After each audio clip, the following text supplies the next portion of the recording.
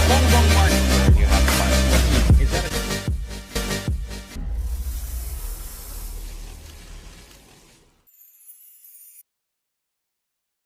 Hi everyone, welcome to our very own. Our guest today is the woman behind Bintana. She's the woman behind the actual Bintana and also the cafe, the coffee shop called Bintana, Sara Javier.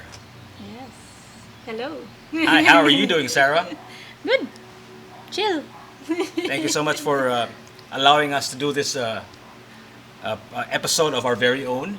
I know that our very own Bintana has been around for almost 10 years now, right? You're celebrating your ninth anniversary this year. Yes, that's true.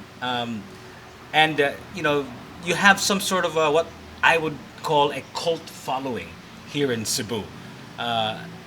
So maybe you can tell us, Sara, how did you end up opening a coffee shop 9 years ago? What was the thought process like, and what force made you open a coffee shop? That's a good question. I can even start with just the name itself, Bintana. Bintana for me is it can be interpreted in so many ways. It's a means to something. That's why I called it Bintana, because I wanted to be a window to many different things. And particularly coffee is one of those means. It's a social stimulant that basically opens the mind so that people can basically engage in conversation. I wanted it, and I still want it to be that venue that people can just like gather and like discuss and really engage.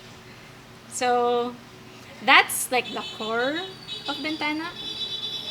We, I believe that each one has a purpose and like meaning intrinsically as human beings. That's why, for me, that's the most important aspect.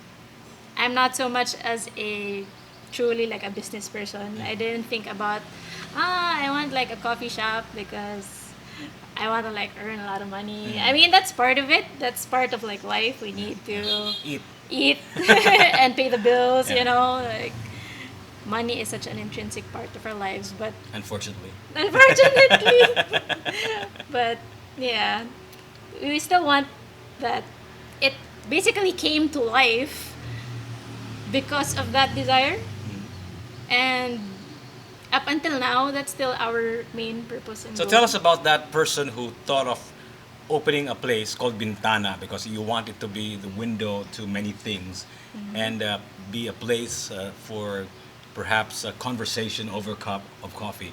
Uh, what has it evolved into? Is it still the same place that you wanted it to be on day one, or has it changed what it is? And has your vision of what Bintana is also changed? I would say that it's both. It has changed, and it's still basically the same. Okay. It has changed in the sense that in the beginning it was just a vague like idea. I didn't go to business school or I don't know, like study all the details. You can say that it was also such a big leap to open a coffee shop. But I basically knew what I wanted, that it can be like a means because we are also an art gallery. It's because you are able to enter a person's mind through like art, and we want to be a melting pot of all these things. We call it a melting pot of all shiznit. What was that? What was an old shiznit? What is that? Did you coin that word, or is it an actual real word?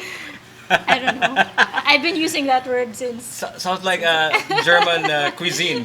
Shiznit. Can I have some shiznit? Yeah. So it is also an art gallery. Yes. So you also are open to local an, artists. an art enthusiast. Would you call it that? Enthusiast, and I've been exposed to many different artists Okay. throughout my life. Okay. So I'm an alien to the world of artistry, and it comes in many different forms. It can be like basic art, like paintings, oil paintings, acrylic paintings. It can be photography. It can be filmmaking, and It can that's be conversation too, right? can, of The art of course. conversation. Of course. That's one of like the main thrusts. Okay. Because each, even that, even art has an artist behind it. And it's the connection behind that that I'm actually after, and not so much as just the manifestations of these things.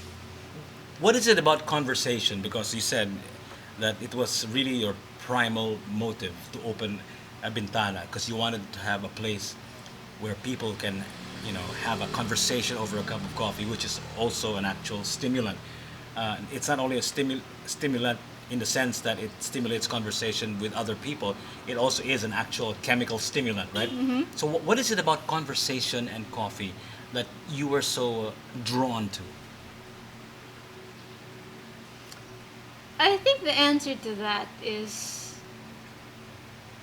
it's me and what I hold to be of most value, which is human beings. It's knowing that we all have our own particular worldviews, and we view the world through our lens. And it's those things that I want to marry, like coffee and people. And it's through that means that I am able to engage with people and really get to their souls, into the core of their humanity. Core of their being. How do you intend to do that? I mean, you're a coffee shop owner, right? So you have no jurisdiction over their souls. How will you do that? Would you go from table to table and extract information from them? I mean, like as a coffee shop, as the owner of Bintana, how do you intend to achieve that personally? Because you said that's Yeah. your goal. Personally, it's both through personal interaction with Okay. my customers. Okay. It's in the everyday little conversations that you get to have with them.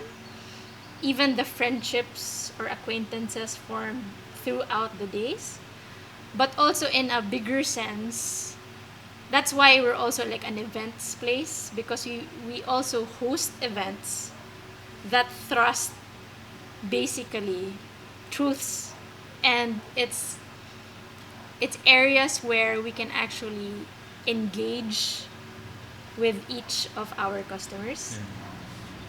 For example, poetry readings or poetry discussions. It's a means where we can also dissect the poet, the poetry, and we bring ourselves to the table and bounce off those thoughts. Hopefully, through those things, we are able to arrive at the truth and arrive at where each one is coming from. So that's how we have been operating the past 9 years. 9 years. Yeah. I overheard somebody once say that we are all trying to build a world. We're all trying to build a world that agrees with us. That's why there are tribes. That's why there are organizations. That's why there are cities, municipalities, nations, and species. What are your thoughts on that? And what world have you built here for the past 9 years? What kind of people gravitate to Bintana? I would say that it would be the thinkers. It would be the people who Mga pilosopo? Like me? you can say that. I mean, that's for me the most, if you technically speaking, the target market of Bintana, because it's these kinds of people that truly engage and not just caught up with the rat race of life. People who think about meaning, morality, destiny, and like origin of life, and big picture. The big questions Yeah, of yeah, life, yeah. because So that's the it's kind of people that are drawn to Bintana. Uh, that's kind of energy that you probably perhaps um, attract, right? Uh, I mentioned the word philosopher earlier. That's also the name of one of my podcasts, the Philosopher Podcasts. And one of the reasons why I wanted to use the word philosopher is I wanted to wrestle the word back because in our culture, a pilosopo is a bad thing, right? that's Diba? true. Yung like, pilosopo kaya na siya, oh, like, he's very pilosopo. Like, it's like a bad thing. When in fact, the word pilosopo is using philosophy to That's look true. at the world, right? And in other cultures, being a pilosopo isn't so bad. You know what I Yeah, mean? It's that's just here in our culture. Why do you think that is so? Why is the pilosopo word in our culture not a very good word? as I mentioned even before this podcast started. Okay. I believe it's because of our innate nature to suppress the truth, and on our own we don't even want to face life's questions, like about death.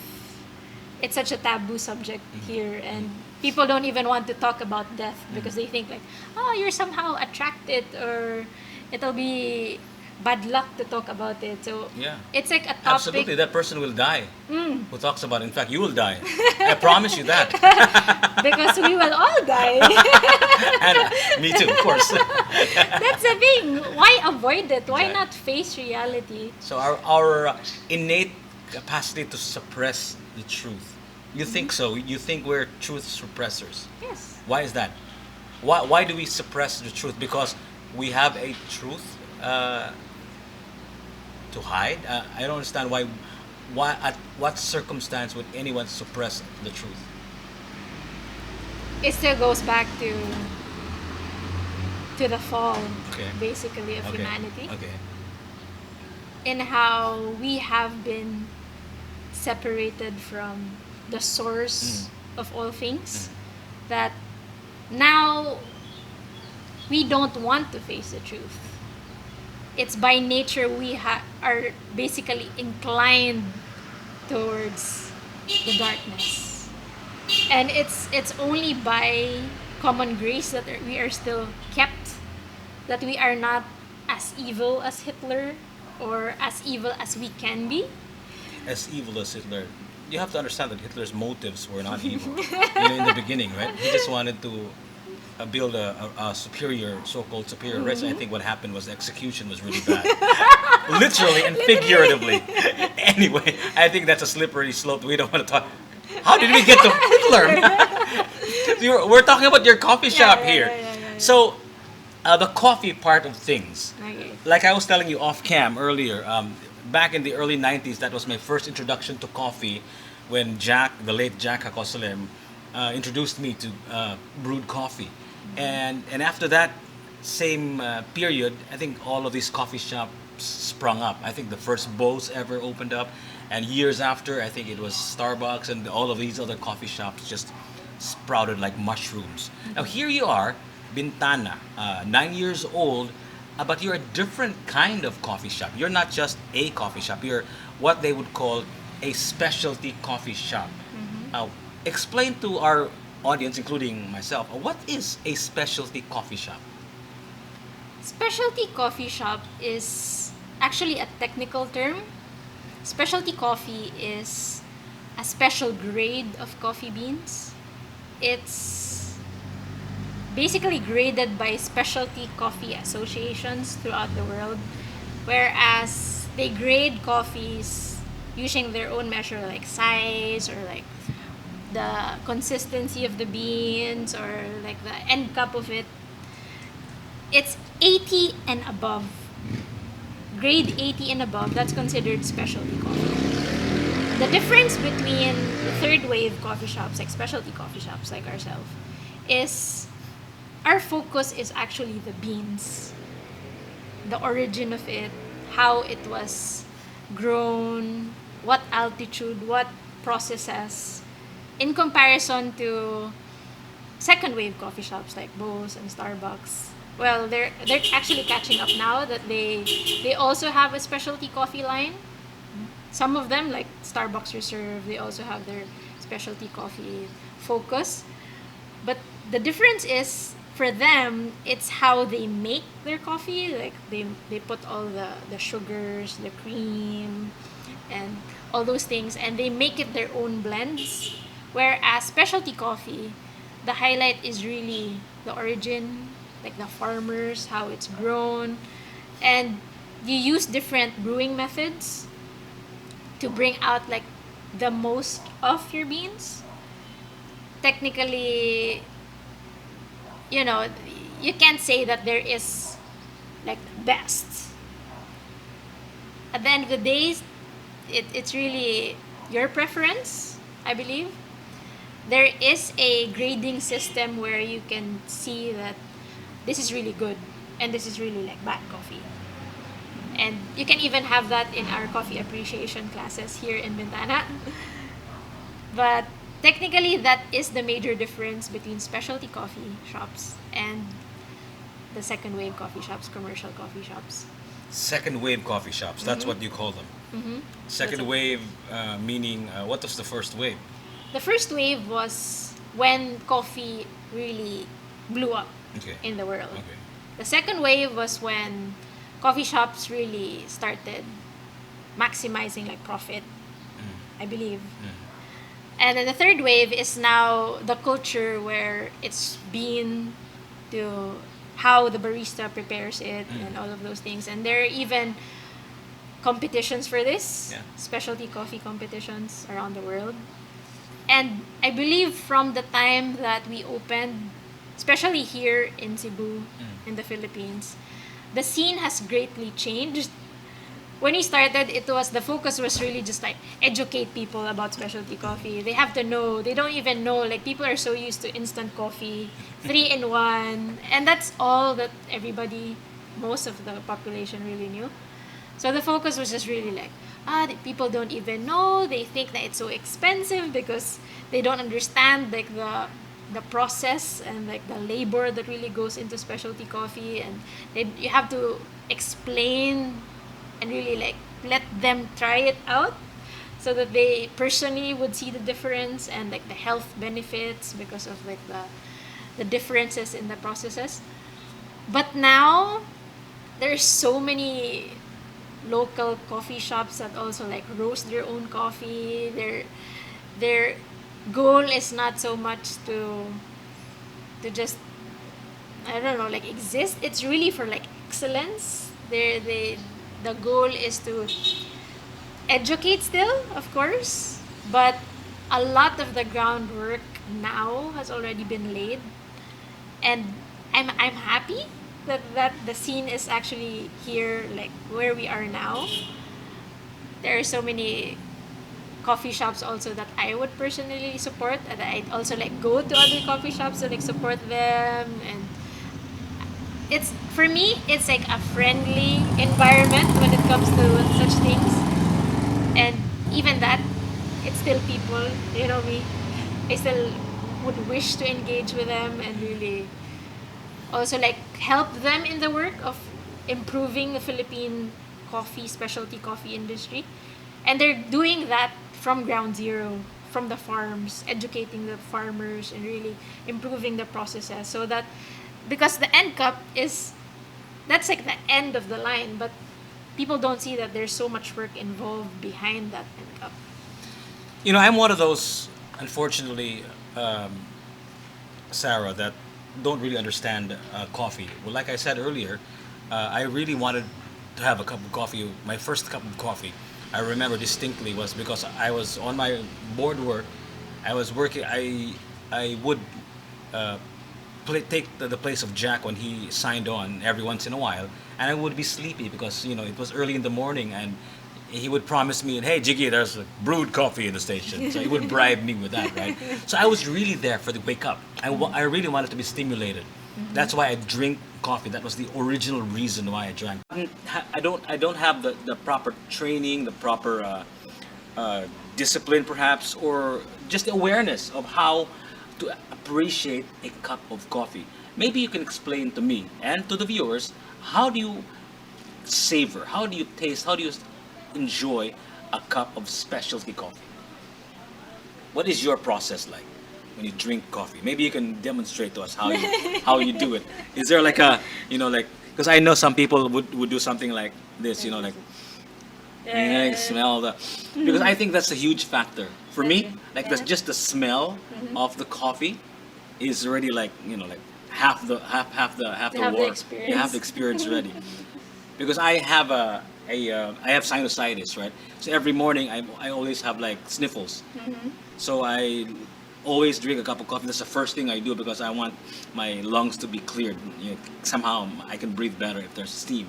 So I do that, then drink coffee, and that's it. How and I don't really know from one coffee to another. I can't really tell the difference that much. Maybe you can teach me how. What do I look for? I think the major aspect of even brewing coffee is you have to be there in the entire process, even as you. It's not just like the end cup in itself, because even in just choosing the origin of coffee, usually the roasters, the ones who actually roast the coffee, would put notes. The notes are there to help the drinkers basically have a guide as to what they will be expecting. What to look for? Yeah.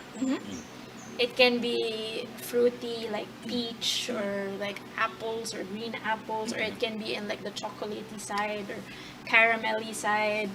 And that's how you distinguish which one, because we all have our preferences. Would you like the tea-like coffee of very light and very citrusy, or are you towards the more bold side of things?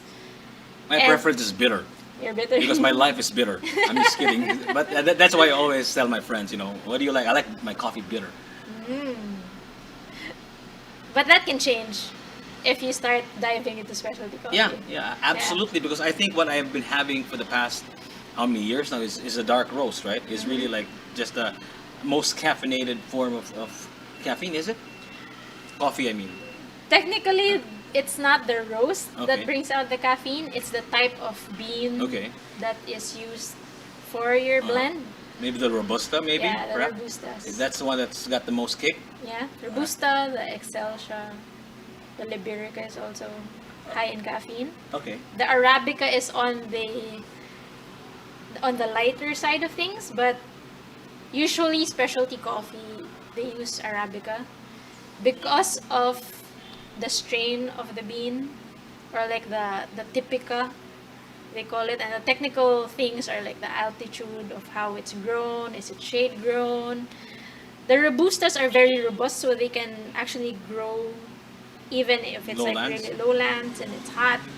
And that's usually what they use in plantations because it's easier to like harvest, and it's robust. So even if like it's super hot, it doesn't really change anything. But Arabicas are more delicate, and they only grow in particular altitudes, which the sweetness of the bean is actually like a cherry. So as if it's like shade grown, it gives it more time to actually develop its sweetness. That's why it's able to create such complex flavors, and not just like it's like a bitterness, and you don't really get much flavor. So usually roasters just like roast it really dark.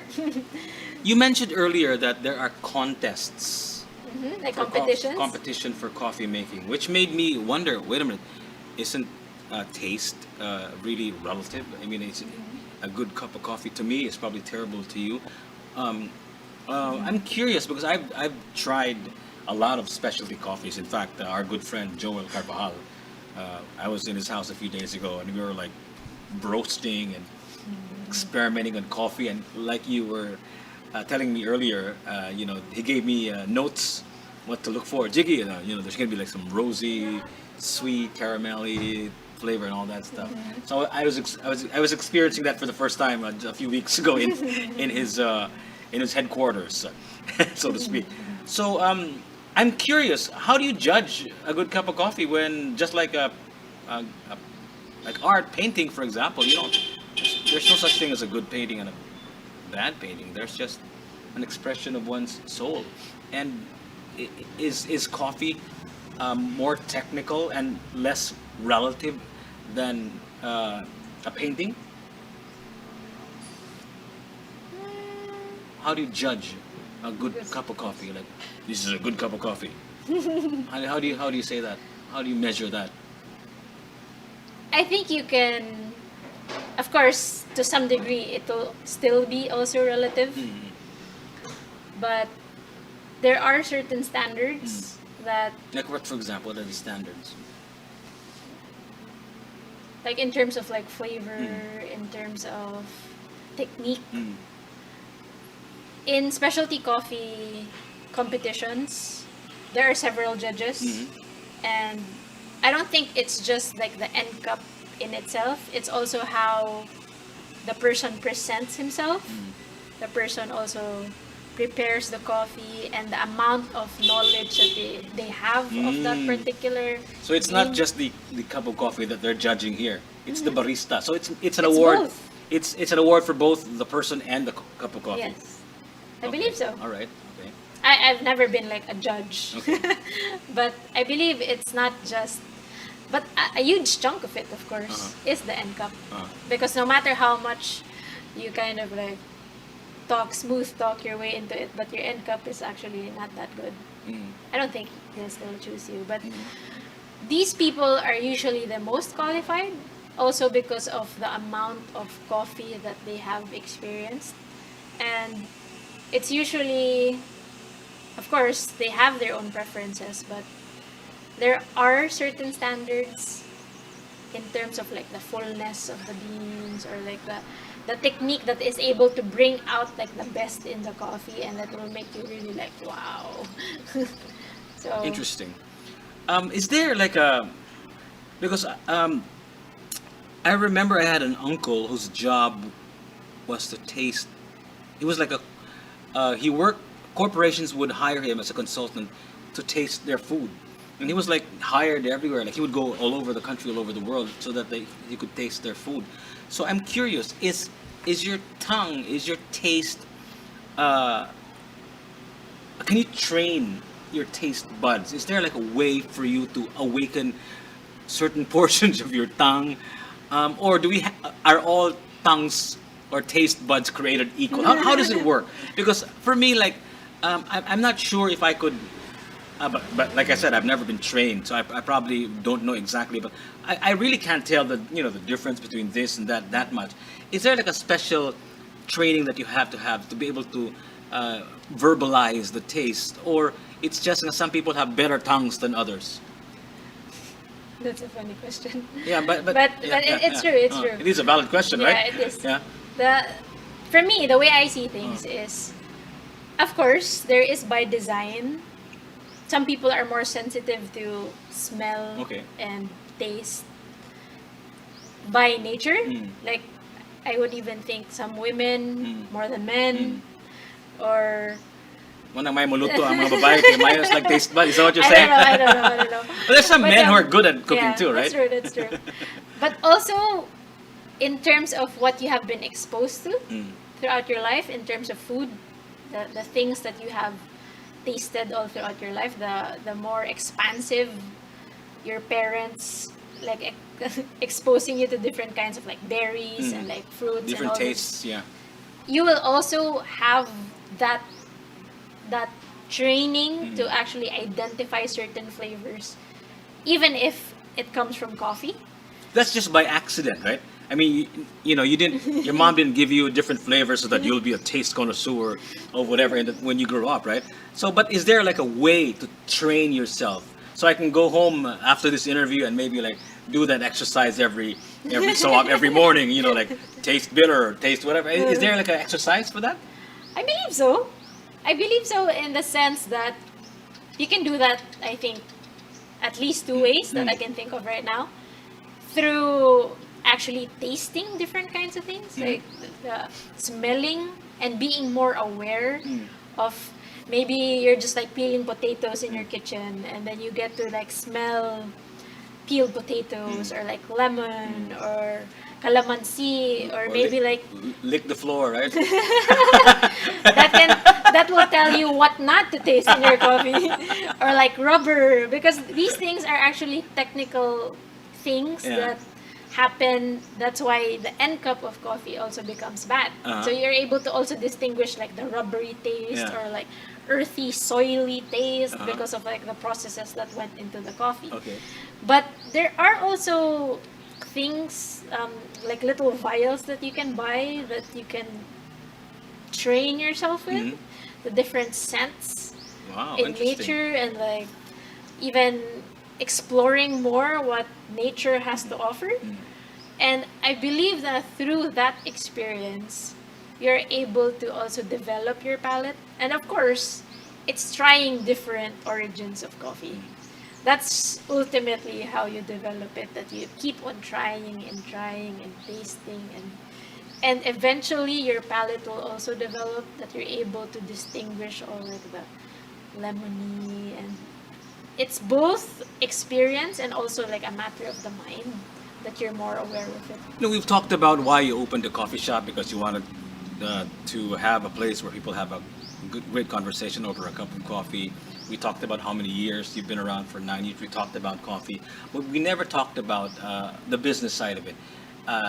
Like you said, you're not really an entrepreneur type, right? You just wanted to have a place for good conversation, which is awesome. But of course, we have to have a business, because you can't sustain a cafe if it's not at least funding itself, right? So Self-sustaining. how's the business side of the cafe so far? That's the funny thing. Uh-huh. With specialty coffee, at the beginning, we actually also offered home cooked meals. And our home cooked meals are made and prepared by our family cook.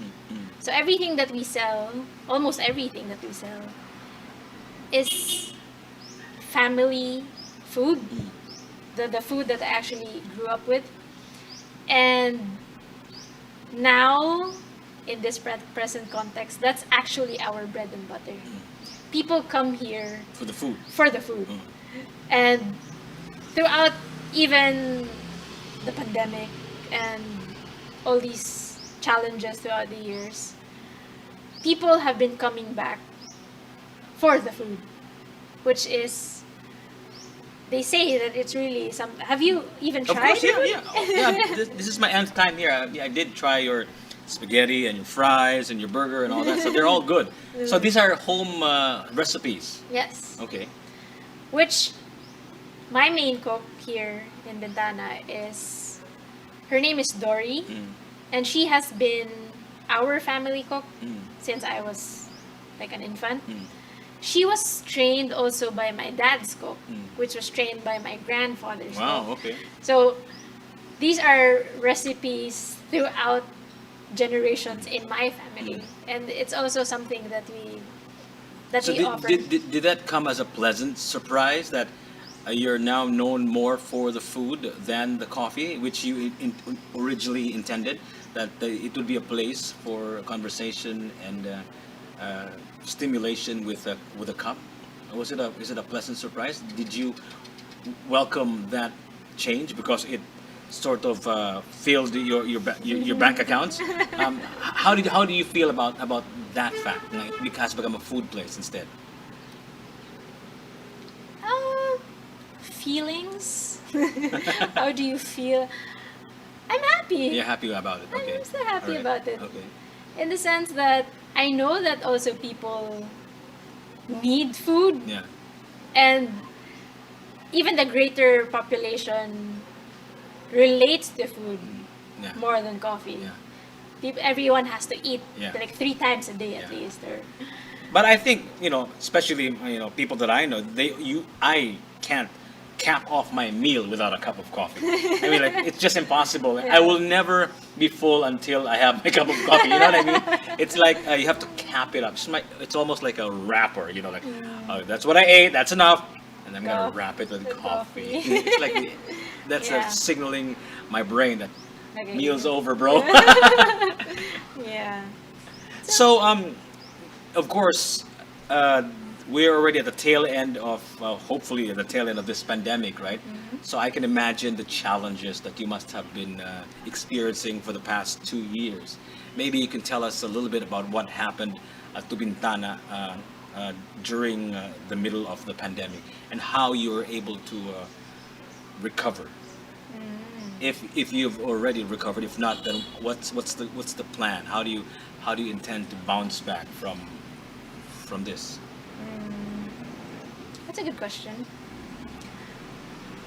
Maybe we can begin with the beginning of the pandemic. Yeah. Tell us about that. Thankfully, this place actually never closed. Okay. We never closed. What happened was we adopted all of our staff. So they lived here in Bintana. You kidnapped them. They kidnapped them for the majority of the lockdown at the beginning of pandemic. So we were still able to operate. So it was able to sustain us. Okay. And the funny thing was, our orders were really like off the roof. Okay. Takeouts, yeah? Takeouts. I believe it's because a lot of the establishments also were not open in Cebu. Yeah. So because they couldn't have people, they didn't have workers because they all went home to their. They all went respective- home. Yeah. They couldn't have like ways to actually travel to and from like work. They don't have also the advantage of having a house because your store, your cafe is actually under a house, right? On top of where this building is actually your house, right? Yes. Sort of. I mean, let's say That's- place to say. Yeah. Yeah. Yeah, that's why we call it also Bintana Coffee House. So, thankfully, that actually helped us sustain Bintana. So business even got better. It got better. Okay. Funnily. Okay. For us. Uh-huh. And we were so busy during the pandemic. Yeah. And then it started slowing down when things got lifted up because more establishments started opening again. Okay. And then people had more options and people, I don't know, eventually their savings were getting depleted and more people were losing their jobs and it was really a difficult time for everyone. But thankfully now, as you said, we're at the tail end of the pandemic and I believe people are less afraid to go out. Probably a majority of the population has either been vaccinated or they've gotten COVID. So we're basically in the herd immunity. Yeah. I would like to believe so. Yeah. I even read earlier we're on 3% of positive ratings. Okay. And so it's, I believe, at a prime that there's so much potential even now in terms of business. And we also, during the pandemic, our focus was also to highlight the little businesses. We had an event called Bayanihan sa Bintana where we highlighted homegrown local product makers. We had friends who made their own barbecue sauce, and that's one of like the good things that came from the pandemic. People became entrepreneurs at home. Too much spare time, right? Everybody had the delusion that they could make something, right? Which is all good, right? It's good. And we also want to be an avenue for that. Yeah. Like, it's because rent is so high, but we have space, and I believe that's also one of the directions that Bintana wants to like go to. That people can come here and support, really, literally support local families. Not just like the technical term, support local, but it's really, you will even know them personally. We have friends who make their own vinegar or like their own bacon or their own, basically anything that they can think of, like peanut butter. And this is like the melting pot aspect of Bintana that we want, that we are also able not just to help ourselves but also help those little families by becoming an avenue that people can just come here and support those businesses and also have great products that they can also use. Looking ahead, Sarah, do you ever, I don't know, the word is probably not fear. Do you fear, or do you, are you open to the idea of becoming a successful outlet? Who isn't, right? And open up different branches. Is would you welcome that, or you want to just stay a homey, small, specialty cafe with a cult following, or would you rather that you become like everywhere, have branches everywhere? What are your thoughts on the future of how do you want to Bintana to be looking ahead? I've had offers for franchise, but I have declined each one. And I don't see that at present to actually change. I like the fact that we're just here. It's very concentrated. I'm able to really be hands-on with everything that happens here. For me to branch out, there is that hesitation in the sense that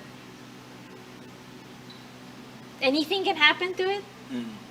I don't want also that it will carry the name of Bintana, that it's not accurately representing who we are as Bintana. And I don't know if that will change maybe in the future, but that's not exactly the vision that I have for Bintana.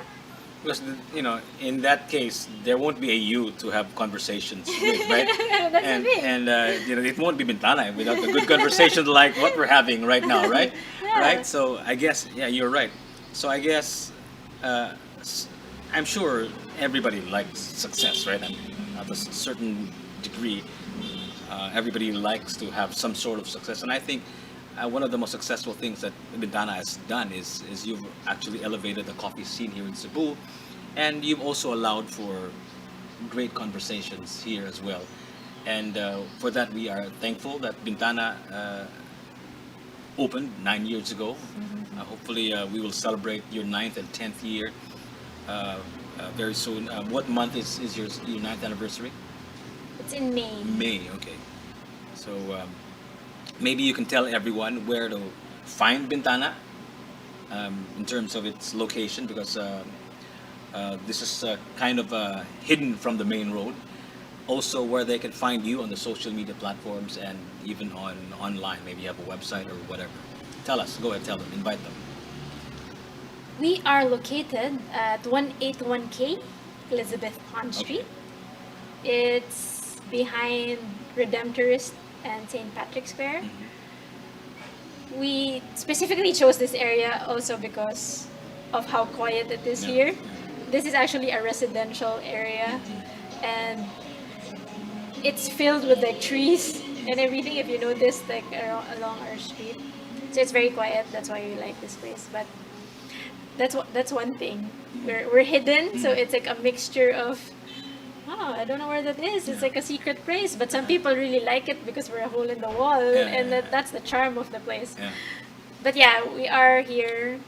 Shh, don't tell anybody about it, by the way. That's our own little secret, right? On the social media platforms, where can they catch you? Bintana Cebu. Okay. We're on Instagram. We're also on Facebook, Bintana Cebu or Bintana Coffee House. You can find us there. You can also order your home cooked meals on those platforms, or are you also available via other delivery platforms like Grab or Lalamove Yeah, or whatever? both Grab Food and Food Panda. We're on. You can also contact us and try to arrange for orders if you're beyond our radius. I believe it's about 5 kilometers from this area. So some people order through Grab Pabili or through Lalamove. So you can just contact us also. All right. Yeah. Sarah, thank you. I know we have other days that we can have more conversations about other topics, but I just wanted this to be about Bintana because I know you have quite a cult following, and I'd like more people to know about, especially your specialty coffee. And now that you mentioned it, your great home cooked meals, which was handed down from your great grandfather all the way to the current chef right now, your current cook right now, was making all these delicious food items as well. Thank you so much for being so generous with your time and your place, and of course your delicious cup of coffee. Thank you. Thank you also. Thank you so for much. having us. Sarah Javier, the woman behind Bintana. Thank you so much.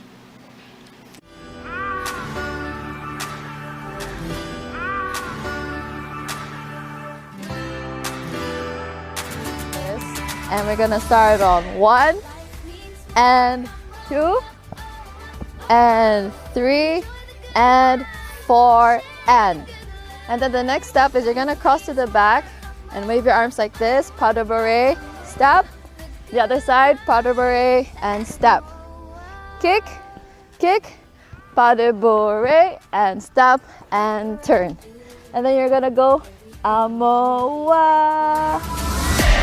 Life means more.